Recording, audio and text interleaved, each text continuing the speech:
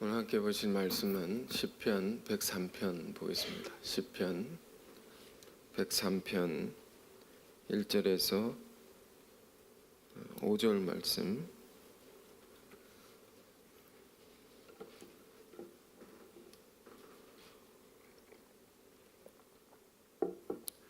자, 찾으신 줄 알고 함께 읽어볼까요? 함께 읽겠습니다. 내 영혼아 여호와를 송축하라. 내 속에 있는 것들아 다 그의 거룩한 이름을 송축하라. 내 영혼아 여호와를 송축하며 그의 모든 은택을 잊지 말지어다. 그가 내 모든 죄악을 사하시며 내 모든 병을 고치시며 내 생명을 파멸해서 속량하시고 인자와 긍휼로 관을 씌우시며 좋은 것으로 내 소원을 만족하게 하사 내 청춘을 독수리같이 새롭게 하시는도다. 아멘. 자, 하나 더 보겠습니다. 고린도전서 15장 10절 말씀입니다. 고린도전서 15장 10절 말씀. 자, 이것도 함께 읽겠습니다. 그러나 내가 나 된 것은 하나님의 은혜로 된 것이니 내게 주신 그의 은혜가 헛되지 아니하여 내가 모든 사도보다 더 많이 수고하였으나 내가 한 것이 아니오 오직 나와 함께 하신 하나님의 은혜로라. 아멘. 말씀의 제목은 오직 나와 함께 하신 하나님의 은혜로라. 오늘은 하나님의 은혜를 묵상하기를 원합니다. 은혜를 왜 묵상합니까? 은혜를 아는 자는 뭘 하게 되죠? 감사와 찬양을 하게 된다. 두 짝이 있습니다. 은혜와 평강이 있고요, 감사와 찬양이 있습니다. 우리 신앙이 늘 중요한 것은 우리가 무엇을 할까 생각하기 이전에 우리가 무엇을 받았는가, 그것을 생각하는 것입니다. 내가 받은 것이 무엇인가를 알 때에 내가 무엇을 해야 할지 그것 또한 알게 되는 것입니다. 오늘 말씀을 통해서 하나님께서 우리에게 베푸신 은혜를 깊이 아는 오늘 예배가 되었으면 좋겠습니다. 시편 103편 읽었는데 이 시는 다윗의 시입니다. 다윗. 이 시를 우리가 읽어보았지만 시를 보면 시를 쓴 사람 안에 충만한 기쁨이 있는 것입니다. 감사와 찬양이 있는 것입니다. 자, 그러니까 어떻게 되어 있는가? 본문을 보면 시편 103편 1절에 내 영혼아 여호와를 송축하라. 내 속에 있는 것들아 다 그의 거룩한 이름을 송축하라. 시편은 말 그대로 시죠, 시. 그럼 시 중에 시는 뭔가? 시 중에 가장 아름다운 시는 무엇인가? 그것은 하나님의 은혜를 알고 그 은혜를 찬양하는 것입니다. 이것이 인간이 다른 존재와 구별되는 것입니다. 하나님께서는 인간에게 매우 특별한 능력을 주셨습니다. 그것은 뭔가 하니 자기가 자기를 아는 겁니다. 내가 생각하는 것을 내가 안다. 이게 무슨 말일까요? 내가 나를 볼 수 있다. 내가 나를 초월해서 자기를 돌아볼 수 있다는 것입니다. 가령 우리가 지나온 세월들을 돌아볼 수 있죠. 과거를 돌아보고 또 미래를 내다볼 수 있죠. 이건 아주 특별한 능력입니다. 옛날에 지식인들 특히 헬라 사람들은 인간이 동물과 구별되는 것은 뭐냐? 이성이다라고 말했습니다. 생각할 수 있는 거죠. 응? 오늘 이 시편을 보면 인간에게 주신 하나님의 능력이 뭐냐? 동물과 구별되는, 그것은 자신을 초월할 수 있는 능력입니다. 내가 내 자신으로부터 나와서 나를 바라본다 말이에요. 우리 기도의 은사를 받은 분들, 기도의 깊은 세계를 경험하는 분들은 이런 걸 알죠. 기도하다가 내가 나오는 것입니다. 기도하는 자신을 바라보는 것입니다. 우리 이런 신비로운 능력, 이런 은사, 이런 체험을 하지 않는다 할지라도 우린 다 자기를 초월할 수 있는 능력을 가진 것입니다. 자기를 돌아볼 수 있다. 지금 시편의 기자가 쓴 이 아름다운 시가 그렇습니다. 이 시를 쓸 때는 시를 쓴 사람이 자기 인생을 돌아보는 것입니다. 내가 어떤 인생을 살아왔던 것이냐. 굉장히 아름답게 표현한 것입니다. 굉장히 깊은 시. 이 시 속에는 감사가 있습니다. 이 시 속에는 시를 쓴 자의 마음 깊은 곳에서 우러나오는 찬양이 있습니다. 그래서 이렇게 시작했죠. 내 영혼아 여호와를 송축하라. 내 속에 있는 것들아 다 그의 거룩한 이름을 송축하라. 가만히 보십시오. 시를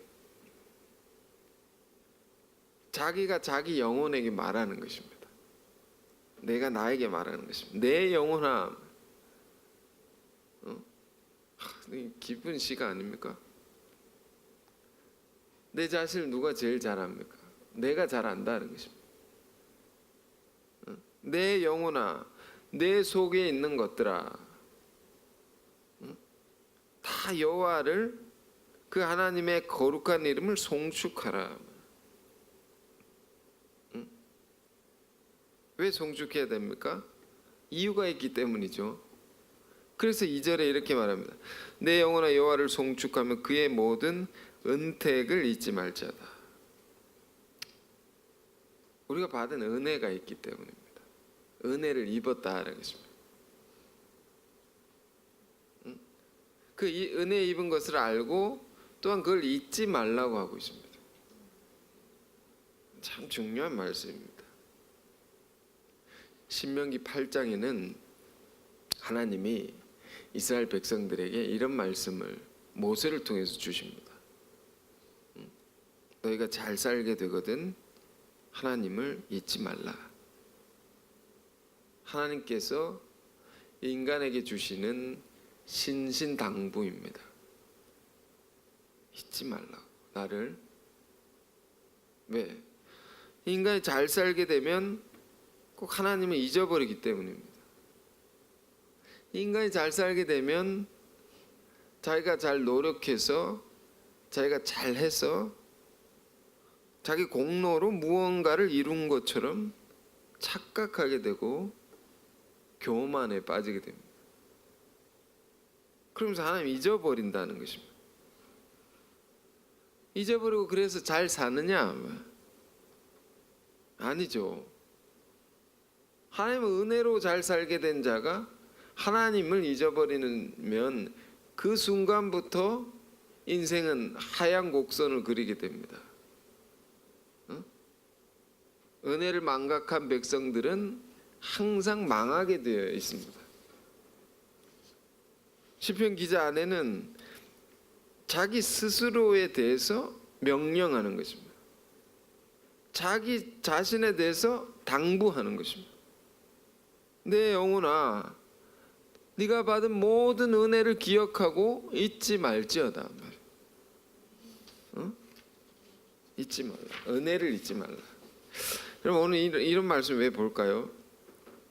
뭐 여러 가지 이유가 있겠죠. 이유가 있을 텐데 그 이유 중에 하나는 오늘 이제 성가대 아름다운 거룩한 찬양의 가사와 같이 어버이 주일이기도 합니다. 어버이 주일. 자식은 부모로부터 받은 은혜가 있지 않습니까? 우리가 공중에서 떨어지지 않았다는 것입니다. 낳아주시고 길러주신 그 수고가 있고 희생이 있기 때문에 오늘의 내가 있는 것이다. 그걸 잊으면 안 되는 거죠. 그 은혜를 기억하고 부모를 공경해야 된단 말이에요. 말씀에 내 부모를 공경하라. 그래야면 내 생명이 길리라. 중요한 말씀입니다. 부모를 거역하고 잘 될 수가 없는 것입니다. 물론 성경에 아브라함은 어땠습니까? 이렇게 반문할 수 있습니다. 아브라함은 부모를 떠났단 말이에요. 고향 친척 아버지의 집을 떠나서 하나님의 약속을 바라보면서 그래서 복을 받았단 말이에요. 그럼 왜 그런 걸까요? 우상을 섬기는 집안이었기 때문이죠. 그곳에 있으면 죄를 짓게 될 뿐이기 때문에 그렇죠. 하나님을 거역하게 되고 멸망의 종자가 된단 말입니다. 그러면 떠나야 됐단 말입니다. 그 우리가 우리 신앙의 순서가 이렇게 됐습니다. 1순위는 뭡니까? 하나님을 공경하라. 누구보다도 부모보다도 하나님을 먼저 공경해야 된다. 그리고 내 부모를 공경하라고. 그 다음입니다. 왜 그렇습니까? 하나님을 공경하면 부모를 공경하게 되어 있다. 하나님을 사랑하면 부모를 사랑하게 되어 있다. 10계명을 보면 10개의 계명 중에 두 부분으로 나눌 수 있죠. 종적인 계명이 있죠. 그리고 횡적인 계명이 있다. 수평적인 계명. 하나님을 먼저 첫 번째 제1, 2계명에 우상을 숭배하지 말고 섬기지 말고 하나님을 가장 사랑하고 그 무엇보다 가장 잘 섬겨야 된다. 그리고 부모를 공경하라는 계명이 명시가 되어 있습니다. 그게 순서가 있단 말입니다. 어쨌든 이 신앙의 기본적인 원칙을 말하는 것입니다. 부모를 잘 공경해야 되고 위의 사람, 종적인 관계 이걸 잘 섬기고 잘 따르고 살면 생명이 길리라. 육신의 생명이든 영적인 생명이든 복을 받게 되어 있다. 항상 그렇습니다. 종적인 관계가 온전해지면요, 횡적인 관계도 다 잘 되는 것입니다.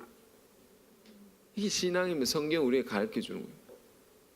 믿음이라는 말도 성경의 다른 번역 성경에 공동 번역 성경에는 믿음은 하나님과 나와의 올바른 관계라는 것입니다. 바른 관계라는 것입니다. 그게 잘 되어 있으면 모든 것이 바르게 되고 질서가 잡혀지고 형통하게 된다. 우리 안에 늘 위로부터 받은 은혜가 있습니다. 위로부터 받는 것입니다.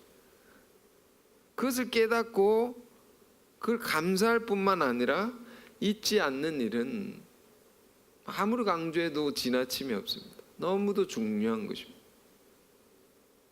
신앙의 위기는 항상 어디서 오는 것입니까? 배은망덕할 때 온다. 배은망덕. 은혜를 다 잊어버리고 거기서 항상 문제가 일어나는 거죠. 은혜의 문, 하나님의 은혜, 부모의 은혜, 위로부터 오는 은혜의 말. 누가복음 17장에 보면 하나의 한 이야기가 있어요. 17장 제가 좀 할 얘기가 많아가지고 말도 느려가지고 할 얘기가 많아가지고 본문 안 읽겠습니다. 누가복음 17장 11절에서 19절에는 예수님께서 한 마을에서 10명의 나병 환자를 치유해 주신 이야기가 나옵니다. 나병 환자, 문둥이죠, 문둥이 치유해 주는 그런 사건이 기록되어 있는데, 우리 문둥이가 어떤 병인지 성경 통해서 많이 들어서 알고 있습니다. 이 병은 너무 비참한 병이고 불치의 병이고 그 더러운 병으로 기록된 알려져 있습니다. 더럽다, 부정한 병이다. 아주 그 병의 증상과 이런 것들이 비참하죠. 온몸에 끔찍해지죠. 부정한 병이라고. 이런 병을 치유해 주시는 사건입니다. 치유해 주는 일이란 것은 매우 위험한 일일 뿐만 아니라 매우 어려운 일이고, 불치의 병이니까 당시에는 그걸 치유하다가 또 같이 병에 걸릴 수도, 전염될 수도 있기 때문에 철저히 이 병에 걸린 사람은 따로 격리시켜, 성 밖에 이렇게 따로 그들만 살 수 있도록. 영화 벤허를 보면 막 동굴 같은데 구석에 깊은 어둠 속에 들어가서 그들끼리 살게 해놨습니다. 그만큼 그 병이 무서운 병입니다. 끔찍한 병입니다. 그런 병자들을 예수님이 10명을 한 번에 다 치유해 주셨단 말이에요. 다 낫게 해주셨다. 이런 병을 고침받은 자는 그 은혜가 얼마나 큰 것입니까? 우리가 한 번에 조그만 병이라도 알아보신 분들은 병을 낫게 해주는 것이 얼마나 큰 은혜인지 알게 됩니다. 병으로 고통받아 본 사람은 치병이란 것은, 병을 치료해 준 건 너무 엄청 큰 은혜다 말이면.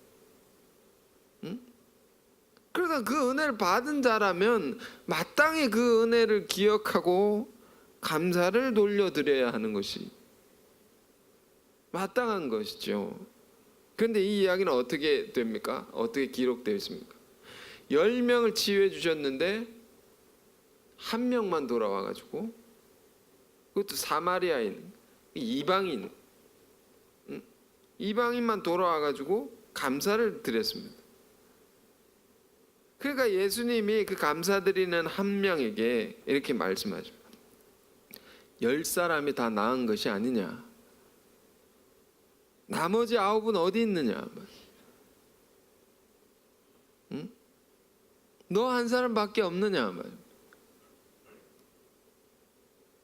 이 이야기가 주는 굉장히 큰 교훈이 있죠. 우리 신앙에 병이 낫게 되는 이야기는, 병자가 건강한 사람이 되는 것은 죄인이 의인이 되는 구원의 사건으로 우리가 볼 수 있는 거죠.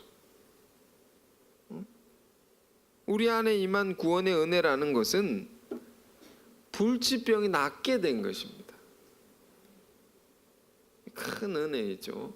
도무지 나을 수 없는 병처럼 도무지 해결할 수 없는 우리 안에 흉측한 죄악이 있단 말이에요. 이것을 사함을 받는 것, 용서를 받는 것은 너무도 큰 은혜인 것입니다. 왜? 우리 이 죄 때문에 멸망을 당하기 때문에, 이 죄 때문에 실패하고, 이 죄 때문에 인생이 괴로워지고 힘들어지고, 그 죄값은 죽음밖에 없는데 그 죄를 사해 주심으로 우리의 영혼은 죄로부터 자유케 되는 것입니다. 우리의 영혼은 그 죄로부터 깨끗게 될 뿐만 아니라 새로운 생명을 얻게 됩니다. 그런데 그걸 어떻게 고쳐주신 것이냐, 우리 이 대목을 주목해야 됩니다. 어떻게 우리의 죄를 사해 주신 것이냐, 어떻게 나병 환자 문둥이를 고쳐주셨느냐. 그냥 예수님의 능력은 하나님의 아들이시니까 단번에 나아라 말이에요. 충분히 그런 능력 있으시죠? 그런 세계가 아닙니다. 우리를 어떻게 구원해 주셨느냐 말이에요. 그 십자가죠. 십자가 아닙니까? 죽기까지 사랑하심으로 죽을 만큼의 정성을 다해서 하나하나를 치유해 주신 것이다. 우리 한 사람 한 사람 그렇게 구원해 주신 것이다. 우리에게 임한 은혜란 끝으로 큰 것입니다. 그것을 우리가 안다면 넘치는 감사를 돌려드려야 함이 마땅한 것이 아니냐. 응? 근데 열에 하나만 찾아왔다는 것입니다. 10명 중에 한 명만 찾아왔습니다. 열에 9. 그 10개를 받았는데 이렇게 보십시오. 10개를 받았는데 하나만 감사드리는 우리의 신앙의 모습이 늘 이렇다라는 것입니다. 굉장히 인색하고 뿐만 아니라 받은 것을 은혜를 다 쏟아버리고 잊어버린단 말이에요. 응? 그 잊어버리고 잘 사느냐 말이에요. 저는 이 말씀 준비하면서 이 이야기에서 새롭게 주목되는 부분이 있었습니다. 10명 중에 한 명만 감사를 드리러 왔는데 그 사람에게 예수님이 이렇게 말씀하십니다. 그 사람에게 내 믿음이 너를 구원하였느니라. 응?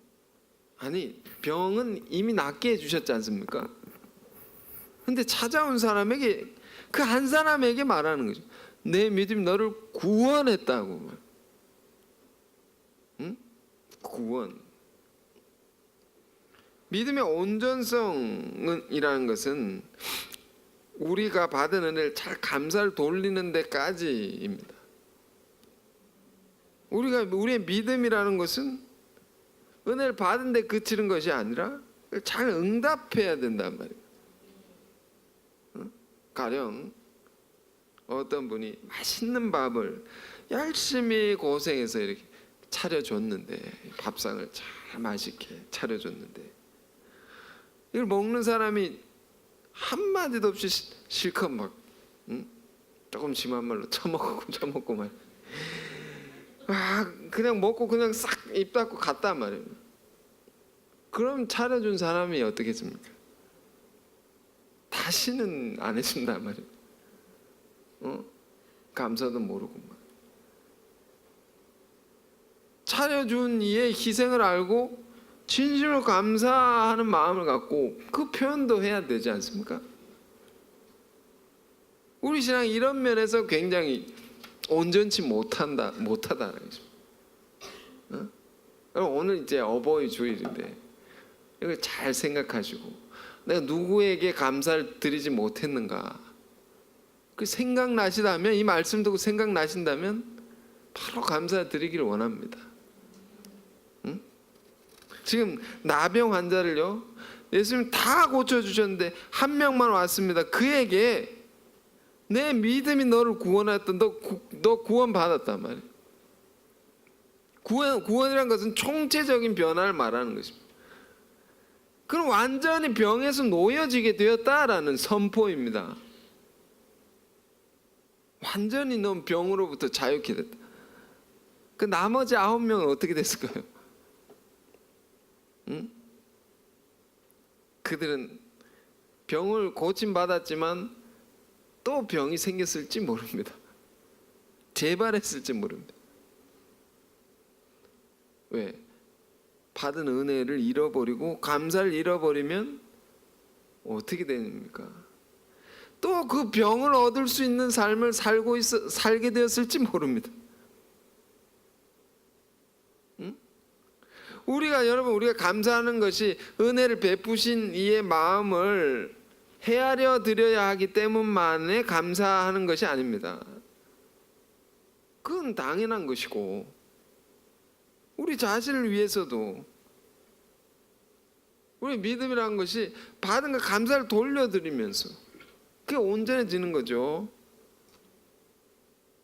한 사람에게만 내가 구원을 받았다고 완전히. 출애굽기 12장을 보면요 제가 이제 감사에 관해서 많이 생각을 하면서 하나님 주신 말씀들이 많아가지고 좀 나누는 것인데, 출애굽기 12장을 보면 이스라엘 백성들이 유월절을 지키는 방법에 대해서 쭉 기록되어 있습니다. 유월절 아시죠? 그 어린 양을 죽여서 그 피를 집 좌우서, 집 앞에 제일 잘 보이는데 집 좌우에 문 옆에 바르고 위에 바르고, 그렇게 하지 않습니까? 그 피를, 그리고 그 죽인 고기를 다 구워서 먹고 말, 머리와 내장과 정강이를 다 먹으라고 했단 말. 하나하나 자세하게 기록해 있습니다.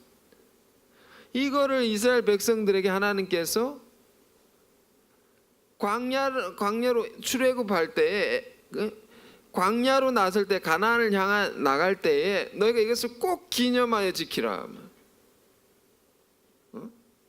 꼭 지켜야 된다. 이유가 있는 것이죠.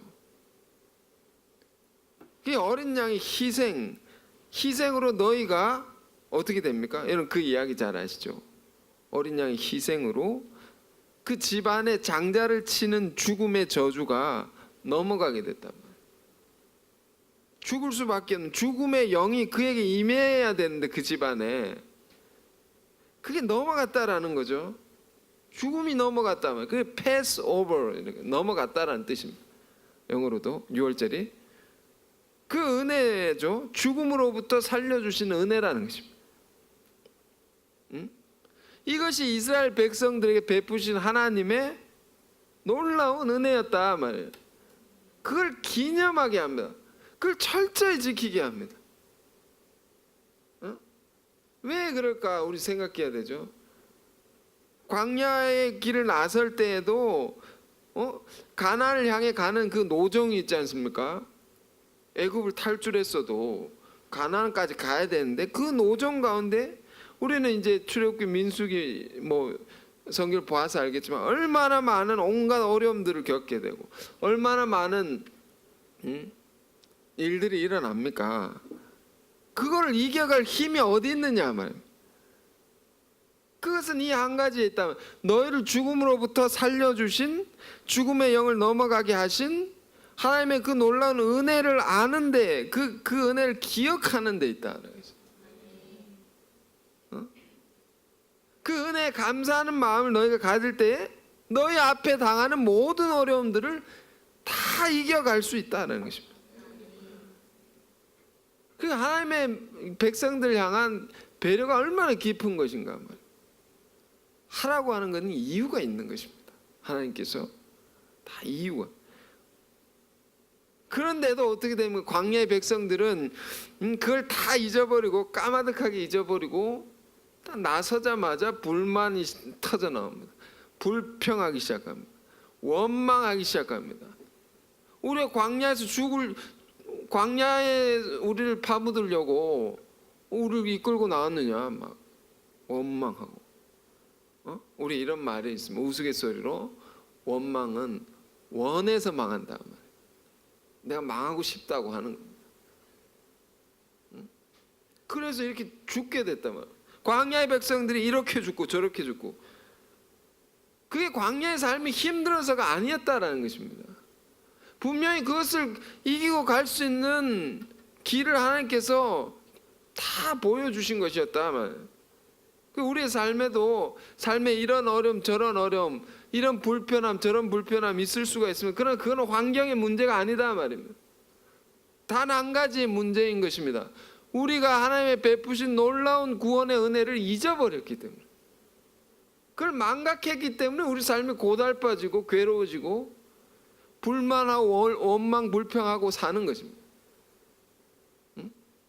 이런 데 우리 신앙에 문제가 있구나. 지난주에는요, 주중에는 우리 교회 섬기시던 장로님이 이제 새롭게 목회하시게 되셔서 저기 부산에 새로운 개척하셨는데 입당 예배를 드리고 왔습니다. 왔는데 이제 새롭게 시작하시죠. 뭐 어느 교회처럼 성도들이 한 몇 분의 1을 같이 가가지고 개척하는 게 아니라 가정이 딸랑 가가지고 개척하시는 거죠. 작게 시작합니다. 그 예배를 드리는데 매우 소중하게 다가온 것이 있었습니다. 개척교회인데 얼마나 불편한 게 많겠습니까? 앞으로도 얼마나 힘든 일이 많겠습니까? 그래서 이제 예배를 드리기 위해서 하나하나 이렇게 준비를 해놓고 수고롭게 하는데 예배 중에 뭐가 다가왔냐면요, 작은 것에도 막 감사하는 마음, 이게 다가왔습니다. 너무 소중한 것입니다. 그 작은 것에도 감사하는 그 마음이 깊은 은혜를 받게 하는 겁니다. 이게 정말 소중한 것이구나. 우리는 어떻습니까? 사실 많은 것을 가지고 누리고 있어도 우리는 불평합니다. 많은 것을 누리고 있는데도 원망합니다. 우리는 그 없는 것을 바라보고 원망합니다. 나는 왜 저긴 있는데 왜 나는 없느냐. 그렇지 않죠? 우리에게 주신 것을 귀하게 여길 줄 알고 그것을 가지고 감사를 할 수 있어야 되죠. 우리 주어진 게 얼마나 많은지 모르면 우리가 몰라서 그런 것입니다. 주어진 것을 감사할 때에 그것으로 모든 것이 회복될 수 있습니다. 그런 이야기가 있죠. 바디메오의 믿음. 바디메오는 소경에다 거지였는데 들을 수 있는 귀가 있음에 감사하고 예수의 소식을 듣자마자 소리질러 다윗의 자손 불쌍히 여기소서. 그 들을 수 있는 것에, 그 조그만 것에 감사함으로 그의 인생이 완전히 바뀌어지게 됐다 말입니다. 구원을 받게 됐다 말입니다. 구원이란 말은 총체적인 변화, 완전히 인생이 바뀌어졌단 말입니다. 다 회복될 수 있는 것입니다. 지금 시편 기자의 시는 그런 마음을 전심으로 하나님께 드리는 감사의 시입니다. 찬양의 시입니다. 이 시가 우리의 시가 되기를 원합니다. 봅시다. 103편 2절. 내 영혼아 여호와를 송축하며 그의 모든 은택을 잊지 말지어다. 보시오. 나에게 말하는 거예요. 여러분에게 말하십시오. 여러분이 선포하십시오. 그의 모든 은택을 잊지 말지어다 하면서 자기가 받은 은택을, 은혜를 얘기를 하는 것입니다. 3절에 그가 내 모든 죄악을 사하시며 내 모든 병을 고치시며, 그가 내가 내단 말이에요. 내 자신이다. 내 모든 죄악을 사하시며, 네 죄악을 다 사해 주신 것이 아니냐 말이에요. 내 병을 다 고치신 것이 아니냐 말이에요. 여러분, 우리가 얼마나 죄악된 세상 가운데 많은 죄를 짓고 삽니까? 그 죄로 인해서 우리 영혼이 얼마나 무거워져 있었습니까? 그것을 가볍게 하신 주의 은혜를 생각하라. 내 병을 고치시며 모든 병을 어떤 병에 걸렸는지 모르겠지만 이 시편의 기자가 하여튼 여러 병이 있었던 것 같습니다. 그걸 다 고쳐주셨던 주님. 육신의 병도 있겠지만 또 마음의 병이 있지 않습니까? 이런 걸 얼마나 많이 고쳐주셨는가 우리 안에 말입니다. 얼마 전에 이제 치유받은 사람의 간증을 들었습니다. 하나님이 마음의 병을 고쳐주시는데 어디까지 고쳐주시냐? 그 어릴 때 당했던 것, 어릴 때 받은 상처, 그 누구에게도 말할 수 없는 부끄럽고 치욕스럽고 끔찍했던 기억들, 그까지 하나님 싹 가져가셨다는 것입니다. 싹 가져가셨다. 그것 때문에 어릴 때 받은 그것 때문에 몇십 년 동안 고통을 받았었는데 그걸 싹 사라지게 하셨다. 하나님 그런 분이시다. 그 은혜를 받은 자는 어떻게 살아갑니까? 남은 인생이라는 것은 평생 감사하며 찬양하며 살아가는 것밖에 없는 거 아니겠습니까? 그럼 또 말합니다. 내 영혼, 내 생명을 파멸해서 속량하시고 은혜와 인자와 긍휼로 관을 씌우시며 파멸해서 속량하셨다. 그 죄인들의 인생은 내버려 두면 파멸로 달려가는 기차와 같은 거죠. 내버려 두면 점점 나빠지고 점점 악해지고, 로마 3장 봤죠 우리가? 파멸과 고생이 그 길에 있어. 가는 길이 파멸과 고생으로 더 깊어지는, 그럴 수밖에 없다. 죄인의 삶이라는 것은 거기서 속량하시고 그걸 딱 멈추시고 새로운 삶으로 전환시켜내시고 죽음이 아닌 생명에 이르는 삶으로 우리를 살아가게 하셨다면, 이게 너무 감사한 것입니다. 시편의 기자는 인자와 긍휼로 관을 씌우시며, 이건 뭡니까? 관, 면류관을 말한 것입니다. 이 마지막에 씌워주는 거죠. 그런 영광을 얘기하는 것입니다. 로마서 8장 29절 30절에 하나님이 미리 아신 자들을 정하시고 정하신 자들을 부르시고 부르신 자들을 의롭다 하시고 의롭다 하신 자들을 영화롭게 하셨느니라. 믿는 자의 인생은 그 결말은, 그 종국은 면류관입니다. 마지막은 관입니다. 관. 무덤의 관이 아니고 면류관이다. 시편의 기자 안에 이런 게 있습니다. 이전에는 막 온갖 환난과 어려움이 있었는데 나를 점점점 끌어올려 가지고 정말 영화로운 자리로 이끄시는 주님, 그런 자리로 인도하시는 주님에 대한 깊은 감사가 있다. 다윗의 시라고 했는데 그의 인생을 우리가 보십시오. 사무엘서를 보십시오. 파란만장한 삶이었습니다. 수많은 시련과 역경의 세월 속에 주님이 베푸신 하나님의 인자와 긍휼, 이게 하나하나 생각이 되는 것입니다. 그 내 삶 속에 부어주었던 넘치는 은혜가 자기 안에 이렇게 있는 것입니다. 이 은혜로 나중에 영광스러운 자리에 나를 다 세워주시리라. 5절에 좋은 것으로 내 소원을 만족하게 하사 내 청춘을 독수리같이 새롭게 하신도다. 늘 좋은 것으로 우리를 만족해 하신다. 독수리처럼 날아오르게 한다. 이렇게 날아오른다.